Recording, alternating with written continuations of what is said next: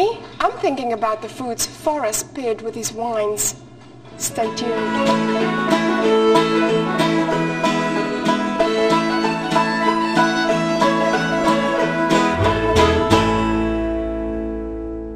So tell us about the food you're going to prepare that's going to complement the wines. Oh my God, you've given me the great thing of trying to match Oregon wines with Oregon food, huh? It's So this will be really fun. So today we're going to do a couple really interesting things.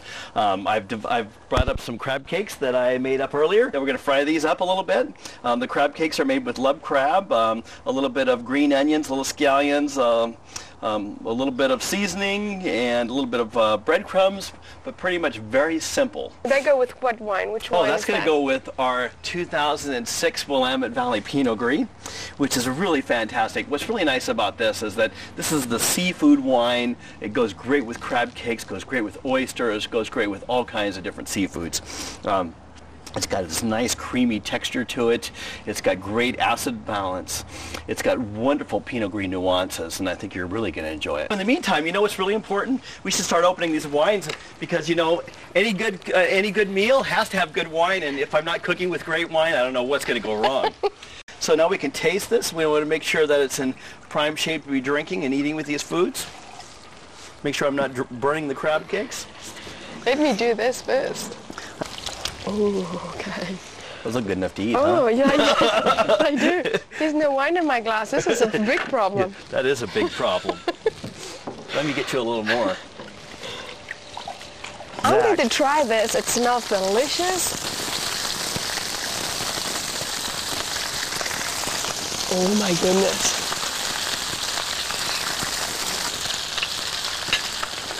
Mm-mm. So what do you think? You know what you're doing. The question is the pairing, does the pairing work? Okay, let's do that. I did that first.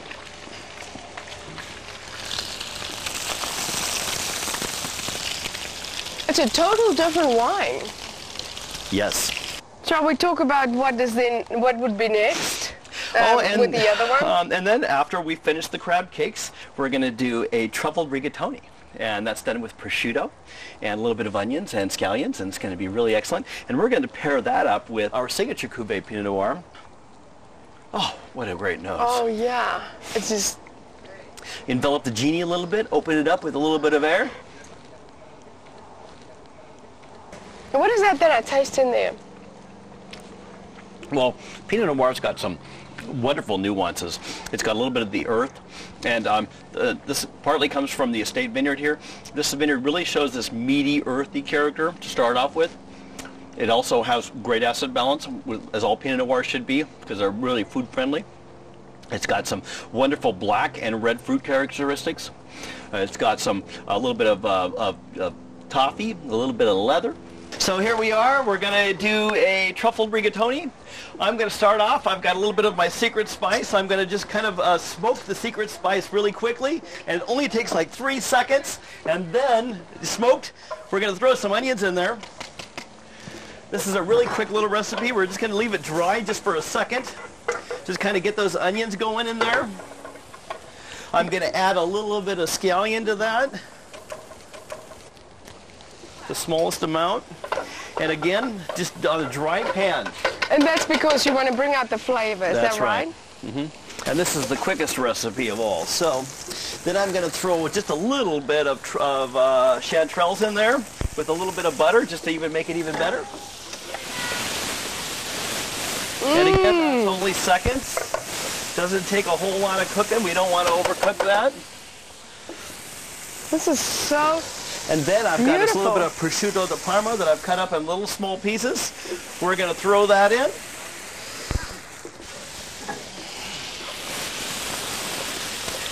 And we're just toasting this up just for a second.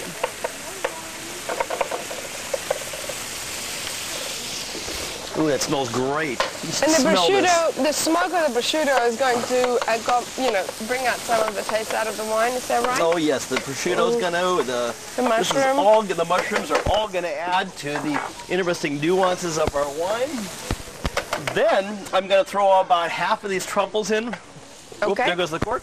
About half of these truffles in right now, and I'm going to just finish off the other half in just a minute on top after it's done. And just give this like about Yeah. another minute or so. And it's pretty much ready. Ooh, just smell that. Oh, yeah. I mean, it just smells just absolutely terrific right goodness. there.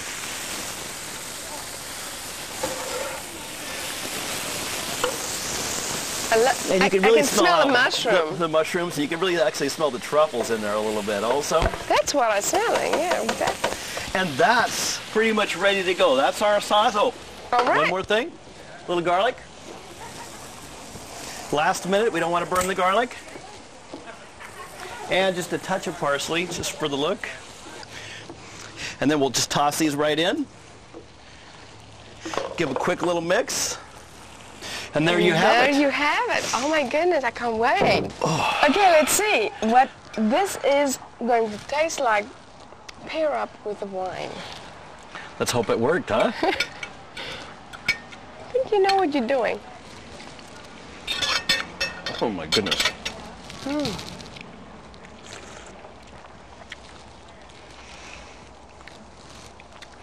The way the earthiness of the wine comes in with the earthiness of the truffles, the way the acid balances with the little bit of onion in there and the garlics and the flavors. The truffle, definitely the earth thing is going there. I love it. I love it. The smell, the aroma of the food, and then getting the wine on your tongue, and it's the same. It's like bringing it together. I just absolutely love it. It really does bring it together, doesn't it? We'll be right back with dessert. But I'm finishing this first. I'm with you. We've got our 2006 Willamette Valley Riesling. This is a wonderful Riesling. It's got great acid balance. It's got sweet and sour characteristics, and so it's sweet because I've left residual sugar in it, and then it's sour because it's got racy acidity. And that sweetness, along with that sour, balances itself off to be wonderful with dessert courses. Interesting. And today, I've set us up with a great dessert course. This is some local Oregon pears, teamed up with some local Willamette Valley artisan cheese, along with local hazelnuts, and then we made a reduction sauce out of our Riesling. Oh. And this is going to be really tremendous to taste. Fabulous. Let's go. Let's go.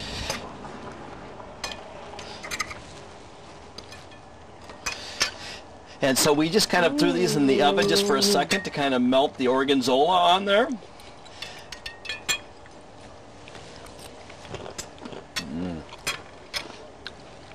Okay. That toastiness of those hazelnuts, that wonderful bite of the cheese, that wonderful nuance from that fresh pear. And then here we go with this wonderful wine. Let's see what we got. Let's see. Oh, that is just absolutely beautiful. Oh my goodness. The wine is so alive on my tongue. I can feel it just running. It's got lots of spritziness in the mouth. And so it actually is alive. It is. I love it. And so the compliments the pear or the cheese or all? I think it's all, and the hazelnut actually brings it all together. That's what I did. I took a piece of hazelnut before I finished it off. It is beautiful. I want to thank you for showing up today so I could show you my great wines and show you how they pair with Oregon foods and tell you a little bit about my winemaking anyway. That was so interesting. It's wonderful to meet you. Thank you so very much. Cheers to you. Cheers to us. My visit at Willamette Valley Vineyards is one I will not soon forget. I hope one day you get a chance to meet these fine folks. Until next time, remember, life is too short. Always drink good wine. For more information about Willamette Valley Vineyards, their destination, their wines, or recipes, check out our website www.thecorkscrewdiary.tv.